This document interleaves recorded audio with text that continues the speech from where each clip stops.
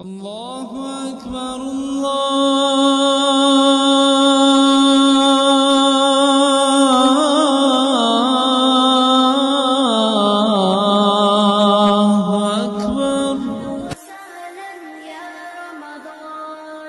أهلا وسهلا يا رمضان شهر التوبة والغفران مرحبا بك رمضان رمضان شهر الذكر والإحسان أهلا وسهلا يا رمضان شهر إن الحمد لله نحمده ونستعينه ونستغفره ونعوذ بالله من شرور أنفسنا ومن سيئات أعمالنا من يهده الله فلا مضل له ومن يضلل فلا هادي له وأشهد أن لا إله إلا الله وأشهد أن محمدا عبده ورسوله يا أيها الذين آمنوا اتقوا الله حق تقاته ولا تموتن إلا وأنتم مسلمون يا أيها الناس اعبدوا ربكم الذي خلقكم من نفس واحدة وخلق منها زوجها وبث منهما رجالا كثيرا ونساء واتقوا الله الذي تساءلون به والأرحام إن الله كان عليكم رقيبا يا أيها الذين آمنوا اتقوا الله وقولوا قولا سديدا يصلح لكم أعمالكم ويغفر لكم ذنوبكم ومن يطع الله ورسوله فقد فاز فوزا عظيما أما بعد فإن خير الحديث كتاب الله وخير الهدي هدي محمد صلى الله عليه وسلم وشر الأمور محدثاتها وكل محدثة بدعة وكل بدعة ضلالة وكل ضلالة في النار أعوذ بالله من الشيطان الرجيم بسم الله الرحمن الرحيم يا أيها الناس اتقوا ربكم واخشوا يوما لا يجزي والد عن ولده ولا مولود هو جاز عن والده شيئا إن وعد الله حق فلا تغرنكم الحياة الدنيا ولا يغرنكم بالله الغرور. ہر قسم کی حمد و ثنا بڑائی بزرگی کبریائی اللہ رب العالمین کے لیے ہے. درود و سلام ہو تمام نبیوں پر، بالخصوص میرے اور آپ کے نبی احمد مجتبی محمد مصطفیٰ صلی اللہ علیہ وسلم کی ذات اقدس و مقدس پر. اللہم صلی وسلم وبارک علی نبینا محمد صلی اللہ علیہ وسلم. محترم حضرات، ابھی خطبہ مسنہ کے بعد آپ کے سامنے سورہ لقمان سورہ نمبر 30 پر 1 کی آیت نمبر 30 پر 3 پڑھا ہوں. اللہ رب العالمین اس آیت میں تمام انسانوں سے مخاطب ہو کر 2 باتوں کی تعلیم دیا ہے اور 2 چیزوں سے خبردار کیا ہے. اللہ تعالیٰ نے فرمایا یا ایھا الناس اتقوا ربکم، اے انسانوں اپنے رب سے ڈرو، اس کی طاقت سے، اس کی قوت سے، اس کی عظمت سے، اس کی قدرت سے، اس کے علم کی وسعت سے ہمیشہ ڈرتے رہو. واخشوا یوما لا، اور اس دن سے ڈرو جس دن کوئی باپ اپنے اولاد کے کام نہیں آئے گا. وَلَا مَوْلُودٌ هُوَ جَازٍ عَنْ وَالِدِهِ شَيْئًا، اور نہ ہی اولاد اپنے باپ کی کسی کام آنے والی ہے. إِنَّ وَعْدَ اللَّهِ حَقٌّ، بے شک اللہ تعالیٰ کا وعدہ حق ہے اور سچ ہے. فَلَا تَغُرَّنَّكُمُ الْحَيَاةُ الدُّنْيَا، دنیا کی زندگی تم کو کہیں دھوکے میں نہ ڈال دے. وَلَا يَغُرَّنَّكُمْ بِاللَّهِ الْغَرُورُ، اور وہ دھوکہ دینے والا شیطان اللہ کے حوالے سے تمہیں دھوکے میں نہ رکھے. اللہ رب العالمین اس آیت میں مجھے، آپ کو اور سارے انسانوں کو 2 طرح کے دھوکوں سے بچنے کا، ہوشیار رہنے کا حکم دیا ہے. ایک دھوکہ ہے دنیا کا، دنیا کی زندگی کا، اور دوسرا دھوکہ ہے شیطان کا. شیطان بڑا دھوکے باز ہے، اس کی فطرت ہے دھوکہ دینا، اس کی عادت ہے دھوکہ دینا. ہمارے ماں باپ آدم اور حوا علیہ السلام کو اس نے دھوکہ دیا اور جنت سے انہیں نکلوایا، اور پھر وہ ہمیں اس دنیا میں بھی دھوکہ دیتا ہے اور دیتے رہتا ہے۔ شیطان کا دھوکہ کیا ہے؟ شیطان یا تو ہم کو اللہ تعالیٰ کے وجود سے انکار کرنے والا بنا دیتا ہے کہ اللہ تعالیٰ ہی موجود نہیں ہے، یا اللہ رب العالمین کے ساتھ کسی اور کو، غیروں کو شریک کرنے کا ہمیں حکم دیتا ہے دھوکہ دے کر، یا ہمیں معصیت میں، گناہوں میں مبتلا کرتا ہے کہ بھئی اللہ غفور ہے، اللہ رحمان ہے، رحیم ہے، معاف کرتا ہے، چلو کر لو، گناہ کر لو، کیا ہے اللہ معاف کرے گا، توبہ کر لیں گے تو۔ اس طرح شیطان مختلف طریقوں سے ہمیں دھوکہ دیتا ہے، اور دھوکہ وہ دیتا کیسے ہے؟ کہ دنیا کی زندگی سے وہ دھوکہ دیتا ہے، دنیا کی چمک سے، دنیا کی دمک سے، دنیا کی خوبصورتی سے، دنیا کی رنگینی سے شیطان مجھے آپ کو اپنے فریب میں، اپنے جال میں لے لیتا ہے اور پھنسا لیتا ہے، اور یہ ہمارے ذہن میں یہ بات ڈالتا ہے کہ دنیا کی زندگی تو اصل زندگی ہے، اور بہت سارے لوگ ایسے ہیں دنیا میں جن کا یہ خیال ہے کہ دنیا ہی کی زندگی اصل ہے، مرنا بھی یہی ہے، جینا بھی یہی ہے، مرنے کے بعد کوئی زندگی نہیں ہے۔ اور بعض تو اس تصور کے ساتھ جیتے ہیں کہ اگر کوئی شخص دنیا میں خوشحال رہے گا، مرنے کے بعد بھی خوشحال رہے گا، یہاں کوئی بدحال رہے گا تو مرنے کے بعد بھی اس کی زندگی بدحالی کی زندگی ہوگی۔ اس لیے اس دنیا کو، دنیاوی زندگی کو اپنی خوشحال بناؤ، بہتر بناؤ، تاکہ آنے والی زندگی بھی ہماری بہتر ہو سکے، اچھی ہو سکے۔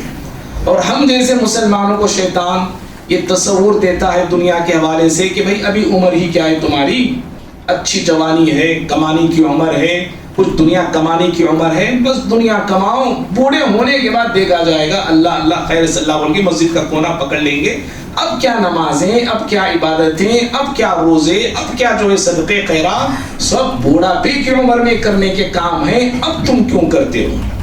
اصل دنیا ہے، دنیا کو اپنا مقصد بناؤ، دیکھو فلاں فلاں کو دیکھو کہاں بڑھ رہے ہیں، کتنا کما رہے ہیں، کیا کچھ نہیں کر رہے ہیں، اور ہم ہیں کہ لکیر کے فقیر بن کے بیٹھے ہوئے۔ تو اس طرح شیطان مجھے آپ کو دنیا کے حوالے سے دھوکے میں ڈالتا ہے، اور ہم سب دیکھتے ہیں کہ آج میں، آپ اور اکثر انسان، دنیا کا مسئلہ ہو یا شیطان کا دھوکہ ہو یا ہمارے خود اپنے نفس کا دھوکہ ہو، کس طرح ہم اپنے نفس کے دھوکے میں، شیطان کے دھوکے میں اور دنیا کی زندگی کے دھوکے میں ہم مبتلا ہو کے اللہ کی عبادت سے دور ہوتے ہیں، اللہ کی توحید سے دور ہوتے ہیں، اللہ کے ذکر سے دور ہوتے ہیں، نمازوں سے دور ہوتے ہیں، نیکیوں سے دور ہوتے ہیں، اور آخرت کی زندگی کو یاد کرنے سے ہم جو دور رہتے ہیں۔ تو یہ بہت سارے ایسے مسائل ہیں جو شیطان اور ہمارا نفس امارہ ہم کو دھوکہ دے دے کے رب العالمین سے دور کر رہا ہے۔ رمضان میں بھی دیکھیا، رمضان میں بھی کس طرح ہم دور ہو گئے ہیں، اور کتنے لوگ ایسے ہو گئے ہیں، کتنے لوگ ایسے دور رہتے ہیں رمضان میں بھی، کہ رمضان آیا ہے کہ بھئی کیا بھئی یہ رمضان، وہ بے نمازیوں کے واسطے رمضان ہے، آپ تو نمازی ہیں ماشاءاللہ، آپ کو رمضان کی کیا ضرورت ہے؟ ہاں، آپ کو رمضان کی روزوں کی کیا ضرورت ہے؟ وہ تو جو سال بھر جو مسجدوں سے دور تھے ان کے لیے رمضان ہے، تو میں تو خاص آدمی ہوں، بس چلو تھوڑی بہت عبادت کر لو چل جائے گا۔ آپ کیوں بھائی تراویح کیوں پڑھ رہے ہیں؟ آپ ارے فرض پڑھ لو جی، نکلو، ہمارا نفس ہمیں ابھارتا ہی ہے، او فرض پڑھ لیے، ہم نکل کے چلے گئے۔ تو اس طرح بہرحال کہنا یہ ہے کہ یہ سب دھوکے ہیں شیطان کے، ہمارے نفس کی یاد رکھیے۔ اللہ نے مجھے آپ کو خبردار کیا ہے سورہ منافقون میں، اللہ نے کہا یا ایھا الذین آمنوا لا تلہکم اموالکم ولا اولادکم عن ذکر اللہ ومن یفعل ذلک فاولئک هم الخاسرون۔ کہا اے ایمان والو، تمہارا مال، تمہاری اولاد اللہ کے ذکر سے تمہیں غافل نہ کر دے۔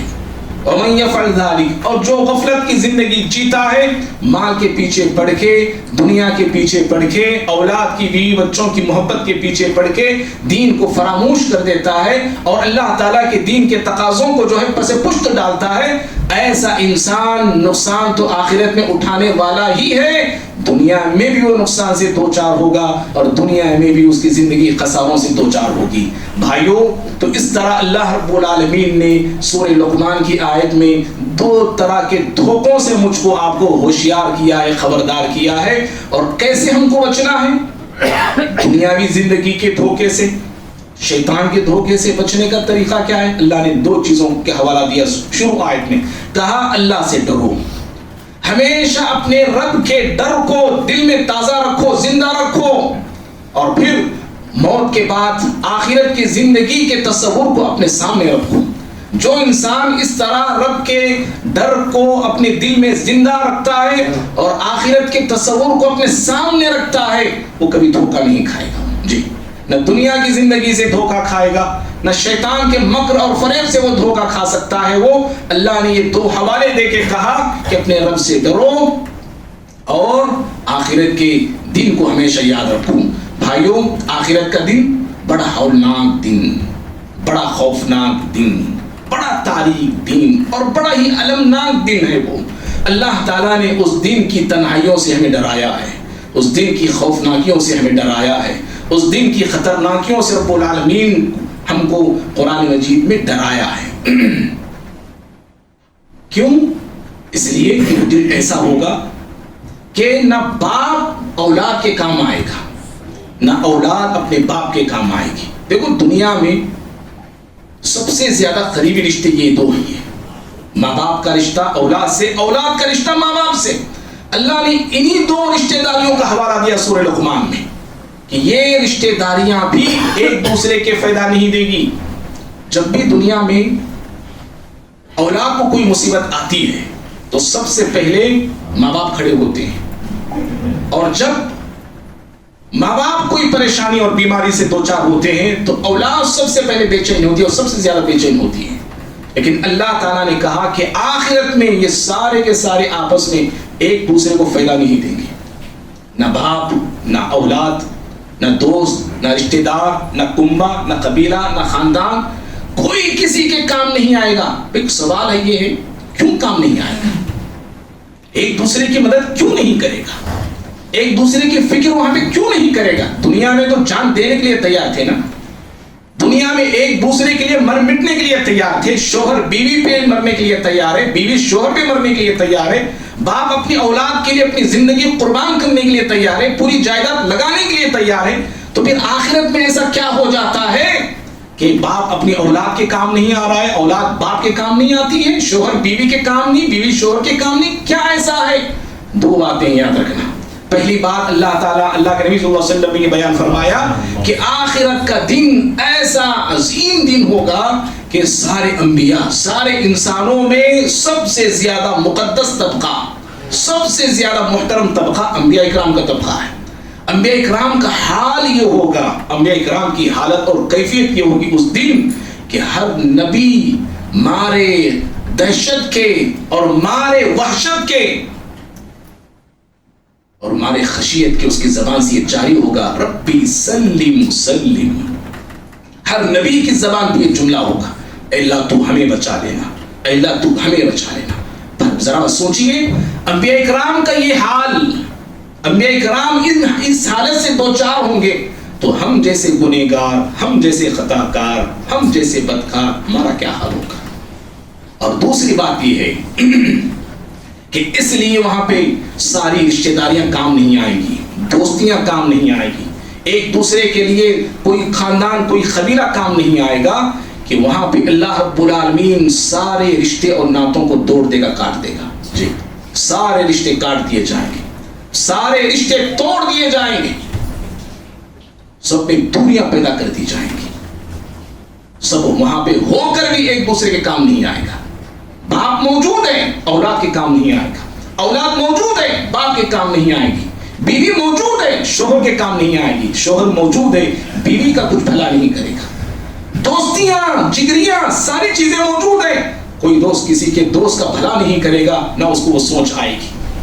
اللہ نے کہا سورہ بقرہ میں، 2ویں سورت میں اور آیت نمبر 160 میں، وَتَقَطَّعَتْ بِهِمُ الْأَسْبَابِ، 160 میں، وَتَقَطَّعَتْ بِهِمُ الْأَسْبَابِ، اللہ ان کے درمیان ساری رشتہ داریوں کو، تعلقات کو کاٹ دے گا، تعلقات کاٹ دیے جائیں گے، تعلقات توڑ دیے جائیں گے۔ اور دنیا میں انسان، ہر انسان کا کسی نہ کسی سے تعلق ہے، بیوی کا شوہر سے ہے، شوہر کا بیوی سے ہے، باپ کا بیٹے سے ہے، بیٹے کا ماں سے ہے، بھائی بھائی کا ہے، بہن بھائی سے تعلقات ہیں، انسانوں کے بڑے لوگوں سے تعلقات ہیں، دوستیاں ہیں، سب کچھ ہے۔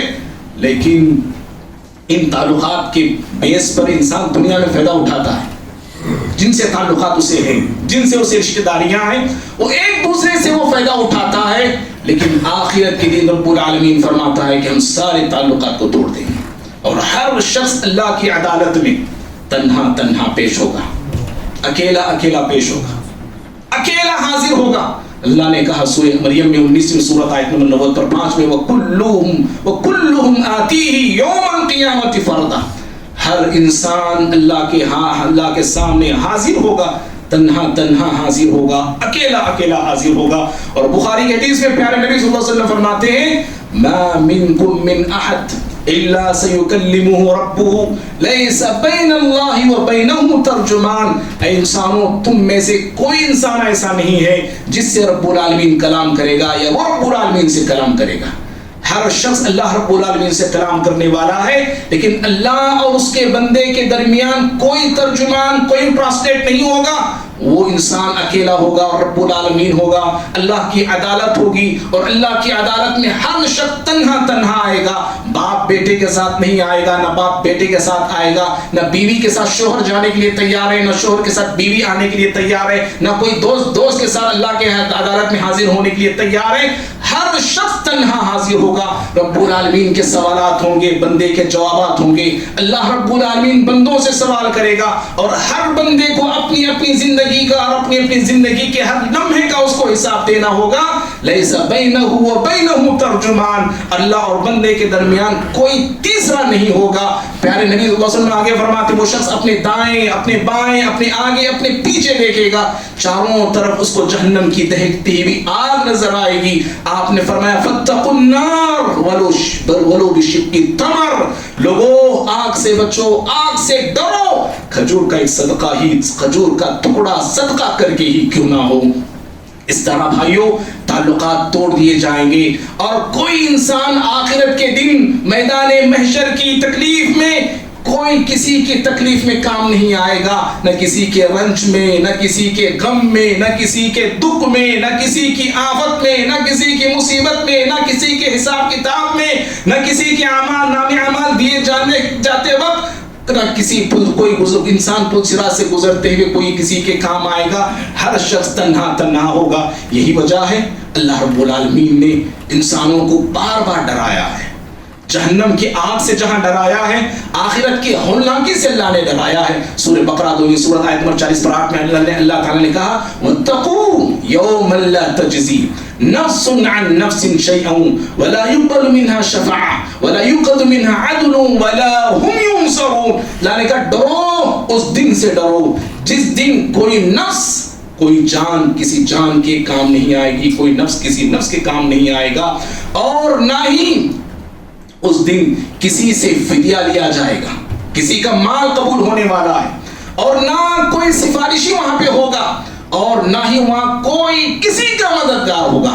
اللہ نے اس طرح بندوں کو ڈرایا ہے، اور جو بندے اس سوچ میں زندگی گزارتے ہیں، یہ سمجھتے ہوئے زندگی گزارتے ہیں کہ آخرت کے دن ہمیں یا ہم کو فلاں بچا لیں گے، آخرت کے دن ہم کو فلاں نکال لیں گے، آخرت کے دن مجھ کو فلاں کے سنبھال لیں گے، آخرت کے دن فلاں حضرت میری بگڑی بنا دیں گے، مجھے جہنم میں جانے سے روک لیں گے، جہنم میں گیا تو فلاں ہی نہ مجھے نکال کے لائیں گے، اللہ کے پاس کھڑے ہو کے میری فلاں سفارش کریں گے، فلاں ہیں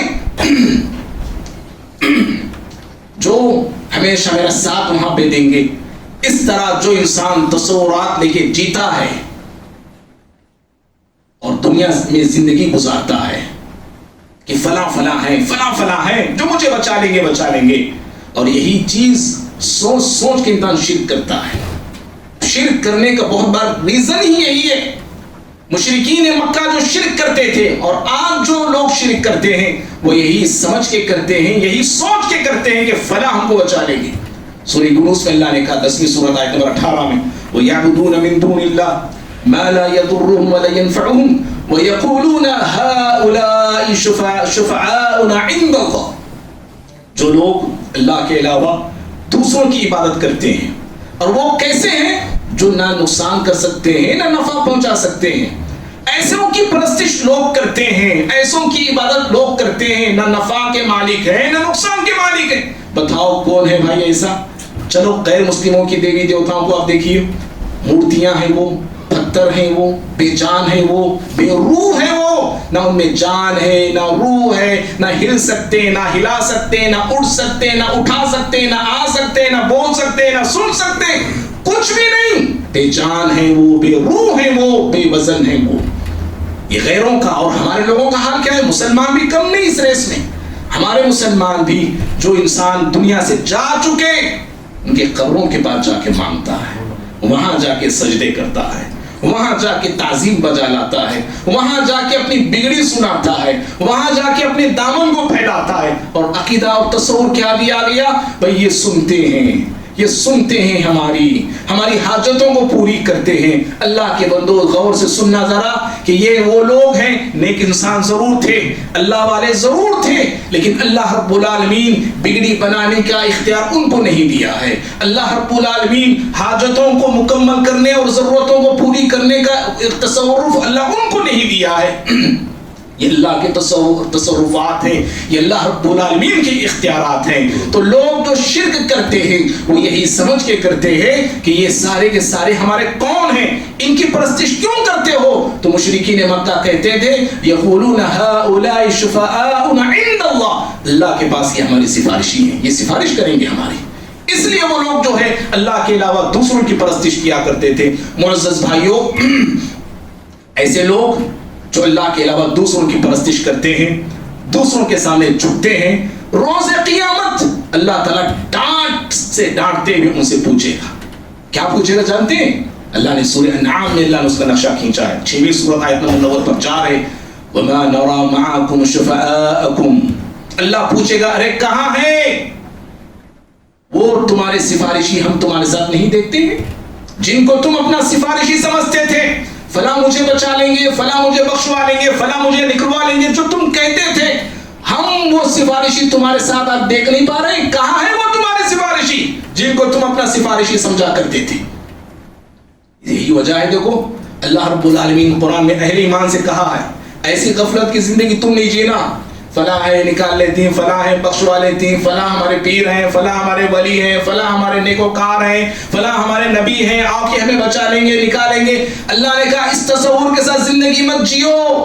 اللہ نے کہا سورہ بقرہ میں 2ویں سورۃ آیت نمبر 250 پر 4 میں، یا ایھا الذین آمنوا انفقوا مما رزقناکم من قبل ان یأتی یوم لا بیع ولا خلة ولا شفاعة والکافرون هم الظالمون. کہا اے ایمان والو، جو رزق ہم نے تمہیں دے رکھا ہے اس میں سے خرچ کرو، جو ہم نے دیا ہے خرچ کرو.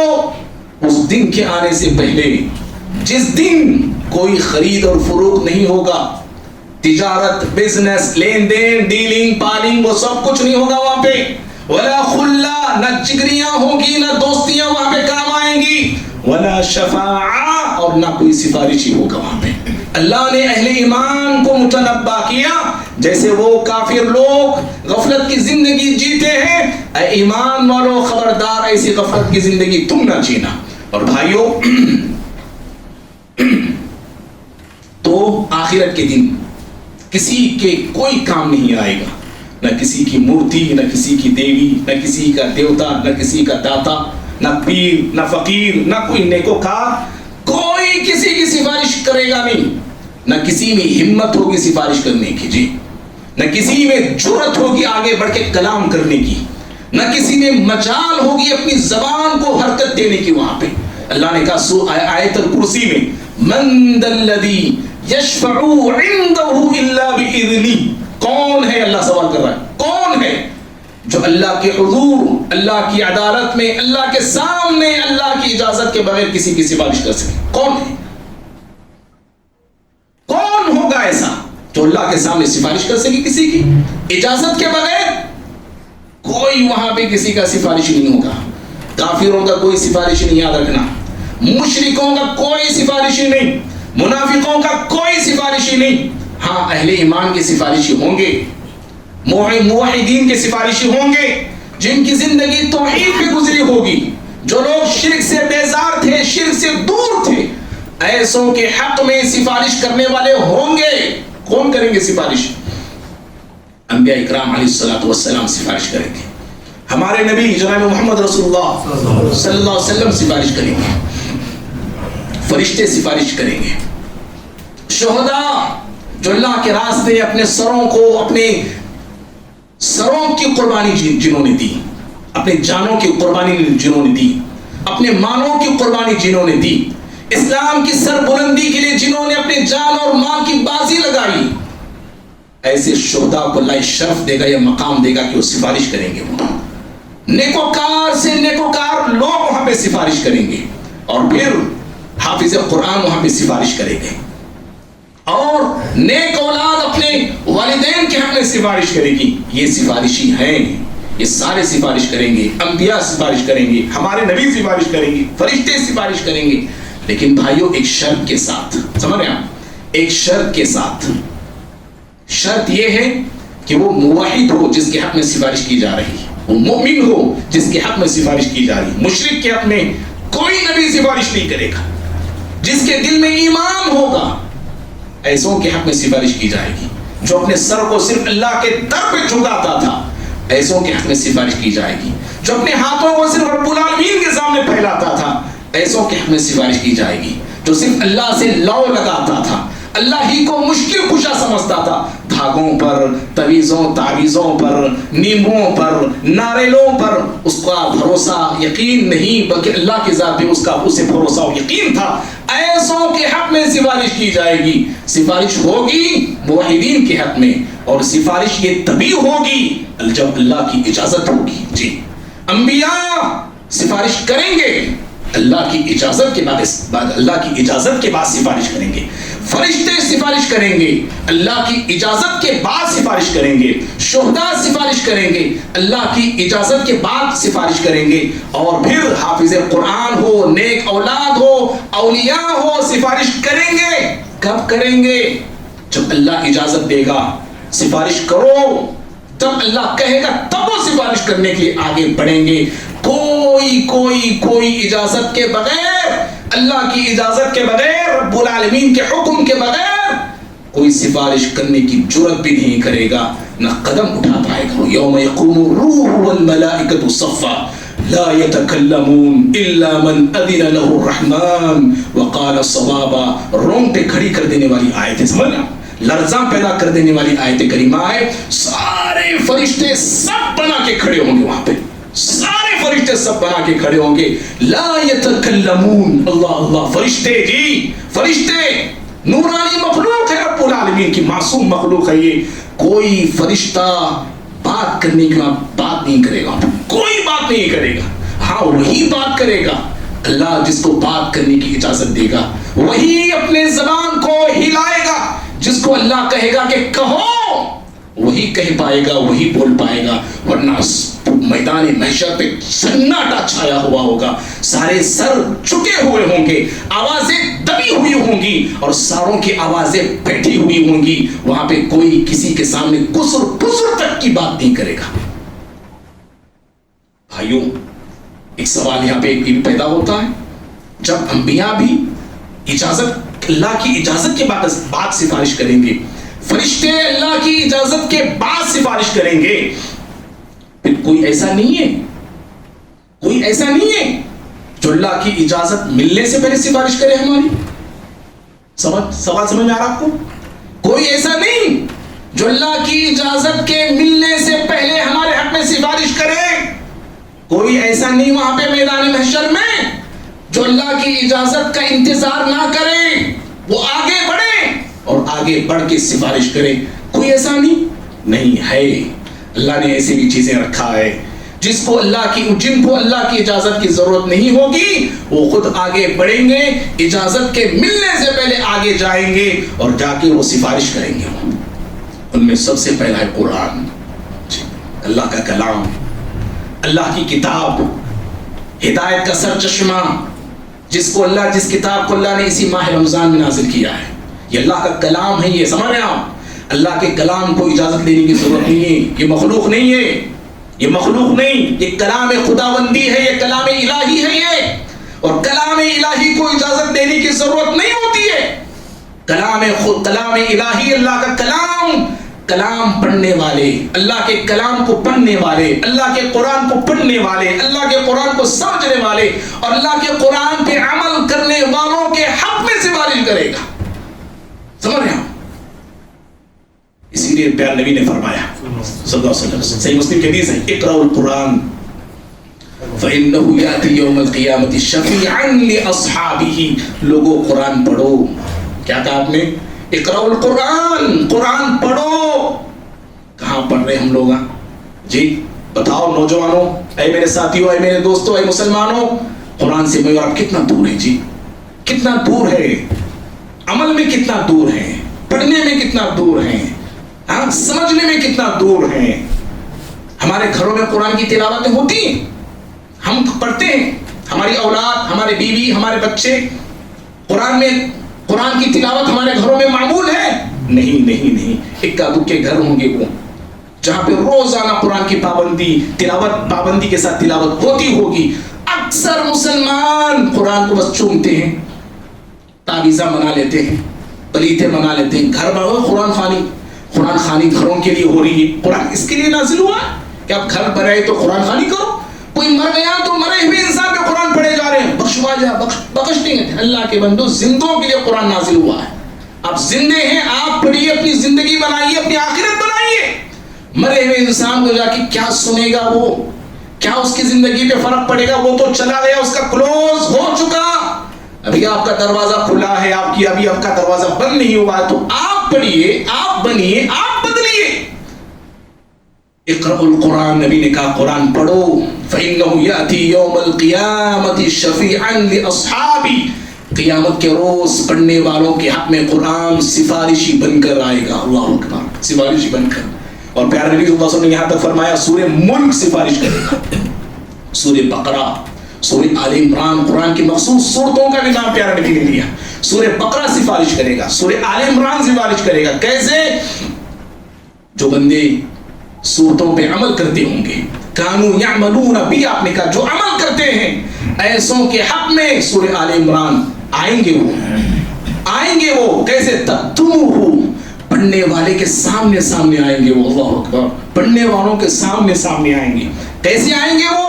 آپ نے کہا کانہما غمامتان او غیایتان، یا وہ پرندوں کی جھنڈ کی طرح آئیں گے وہ، یا سائبان کی طرح آئیں گے وہ، یا بادلوں کی طرح آئیں گے. اس بندے پر سایہ کرتے ہوئے آئیں گے وہ. تحاجان عن صاحبہما، اور پڑھنے والے کے تعلق سے اللہ سے وہ جھگڑا کریں گے. وہ الفاظ جھگڑا کریں گے وہ اللہ تعالیٰ سے. پروردگارہ اس بندے کو بخش دے، پروردگارہ اس بندے کو معاف فرما دے. یہ پہلا سفارشی ہے روز قیامت، جس کو اجازت لینے کی جو ہے ضرورت نہیں ہوگی. اور دوسرا سفارشی جو ہمارے حق میں سفارش کرنے والا وہ روزہ ہے، وہ ماہ رمضان کی. جی پورے ٹاپک کو بتانے کا یہی میرا مقصد تھا. یہ دو چیزیں اہم ہیں، قرآن اور روزہ. رمضان کے روزے بھی شامل ہیں، فرض روزے بھی آتے ہیں، نفل روزے بھی اس میں شامل ہیں. جو بندے روزہ رکھتے ہیں روزے داروں کے حق میں روزہ کل قیامت روز سفارش کرے گا. نبی صلی اللہ علیہ وسلم نے کہا، مسلم احمد کی حدیث ہے، یقول الصیام، روزہ کہے گا اے ربی منعت الطعام والشہوات بالنہار، پروردگارہ اس بندے کو میں نے کھانے سے روک کے رکھا. یہ کھانے سے دور تھا، یہ پینے سے دور تھا. پروردگارہ یہ بندہ شہوتوں سے دن بھر رکا رہا. وشفعنی فی، اے اللہ میری سفارش کو اس بندے کے حق میں تو قبول فرما لے. پیارے نبی صلی اللہ علیہ وسلم فرماتے ہیں قرآن کی بھی اور روزے کی بھی فیشفعان، دونوں کی سفارشوں کو اللہ قبول فرما لے گا. اللہ اکبر، دونوں کی سفارشیں. اسی لیے ضرورت ہے میرے بھائیوں، قرآن سے جڑیے، قرآن پڑھیے، قرآن سیکھیے، قرآن پہ عمل کیجیے. اور قرآن ہی سے دنیا بھی میری بنتی ہے اور آخرت بھی میری بنتی ہے. قرآن سے ہم دور ہوئے، اللہ رب العالمین ہمیں اپنی رحمتوں سے دور کر دیا ہے. ہم قرآن سے اپنے رشتے کو توڑ لیے ہیں، اللہ رب العالمین اپنے آپ سے اپنے آپ سے اللہ نے ہمارے رشتے کو اللہ نے ختم کر دیا ہے۔ قرآن سے جو بندے جڑتے ہیں اللہ دنیا میں بھی عزت دیتا ہے اور اللہ آخرت میں بھی عزت دیتا ہے۔ برکتیں اللہ ایسے بندوں کی زندگی میں دیتا ہے جو قرآن پڑھتے ہیں، شفا ملتی ہے قرآن پڑھنے سے، زندگی میں سکون آتا ہے قرآن پڑھنے سے، اور کامیابیاں ملتی ہیں قرآن پڑھنے سے۔ قرآن کو لازم پکڑیے، پڑھیے، سمجھیے اور عمل کیجیے۔ اور دوسری بات ہے روزوں کی ہم خوش نصیب ہیں جو اللہ نے ہمیں ماہ رمضان عطا کیا ہے۔ 9واں روزہ آج ماہ رمضان کا چل رہا ہے، گویا کہ ایک عشرہ ختم ہونے کے بالکل قریب ہے اور بقیہ چند دن ہیں وہ بھی بڑی تیزی کے ساتھ گزر جائیں گے۔ روزوں کو روزہ سفارش کرے گا کن لوگوں کے حق میں؟ جن کا روزہ حقیقت میں روزہ ہوگا، صرف کھانے سے پینے سے رکے رہنا اور ساری برائیاں کرنا، ساری بدزبانیاں کرنا، ساری چغلیاں کرنا، ساری جو ہے بد کلامیاں کرنا، ایسا روزہ بندے کے حق میں سفارش نہیں کرے گا۔ اس لیے جہاں ہم روزہ رکھتے ہیں وہیں پہ اپنے روزے کو حقیقی والا روزہ بنائے، اور جہاں تک ہم ہو سکیں برائیوں سے، گناہوں سے روزے کی حالت میں بھی اور رمضان کے بعد بھی دور رہنے کی کوشش کریں۔ مسند احمد کی حدیث میں آپ نے فرمایا کم من صائمین، کتنے ایسے روزے دار ہیں، کم من صائمین، کتنے ایسے روزے رکھنے والے لوگ ہیں، ان روزے داروں کو سوائے پیاس کی کوئی چیز حاصل نہیں ہوتی ہے۔ کیوں؟ انہوں نے صرف کھانے سے دور وہ رہا، کھانے سے وہ دور رہتے ہیں، پانی سے وہ دور رہتے ہیں، لیکن برائیوں میں گناہوں میں وہ مبتلا ہوتے ہیں۔ ایسا روزہ ہمارا نہیں ہونا چاہیے۔ یہ قیامت کے روز کی یہ دو سفارشی ہیں جو آگے بڑھ کے سفارش کریں گے، اور یہ ایسے سفارشی ہیں جن کی سفارش رب العالمین قبول کرے گا۔ ان کی سفارش رد کی جائے ایسی بات ہرگز نہیں، اللہ روزے کی سفارش قبول کرے گا، اور قرآن مجید کی اللہ سفارش قبول کرنے والا ہے۔ رب العالمین سے دعا ہے اللہ تعالیٰ مجھے بھی آپ کو بھی اللہ اپنے کلام کو پڑھنے والے، سمجھنے والے، اور اللہ تعالیٰ اپنے کلام پہ عمل کرنے والے بنائے، اور اللہ ہم تمام کو روزے کو صحیح معنوں میں اپنا روزہ بنانے کی توفیق عطا فرمائے۔ اللہ رب العالمین دنیا اور آخرت کی رسوائیوں سے، بدنامیوں سے، پریشانیوں سے اللہ ہم تمام کو محفوظ رکھے۔ اللہ تعالیٰ ہمیں نیک بنائے، ہمارے بال بچوں کو رب العالمین نیک بنائے، ہمارے نوجوانوں کو اللہ تعالیٰ نیک بنائے، اور اللہ رب العالمین ہماری زندگیوں میں خیر اور برکت عطا فرمائے۔ اس رمضان کو اللہ رب العالمین ہمارا انقلابی رمضان بنائے، اور اللہ تعالیٰ اہل فلسطین کی مدد فرمائے، اہل کشمیر کی مدد فرمائے، اہل برما کی رب العالمین مدد فرمائے، اور دنیا جہاں میں جہاں کہیں بھی مسلمان موجود ہیں اللہ تمام مسلمانوں کی مدد فرمائے، اور ہمارے جو مسلم حکمران ہیں اللہ رب العالمین دینی غیرت اور دینی حمیت ان کے اندر پیدا فرمائے۔ اللہ رب العالمین جو اختلاف، جو انتشار ہمارے صفوں میں، ہمارے دلوں میں، سینوں میں موجود ہے، اللہ اپنے فضل سے اختلافات کو ہمارے اتحاد میں بدل دے، آمین۔ رب اقول قولی هذا استغفر الله لي ولسائر المسلمين من كل ذنب فاستغفروه انه هو الغفور الرحيم۔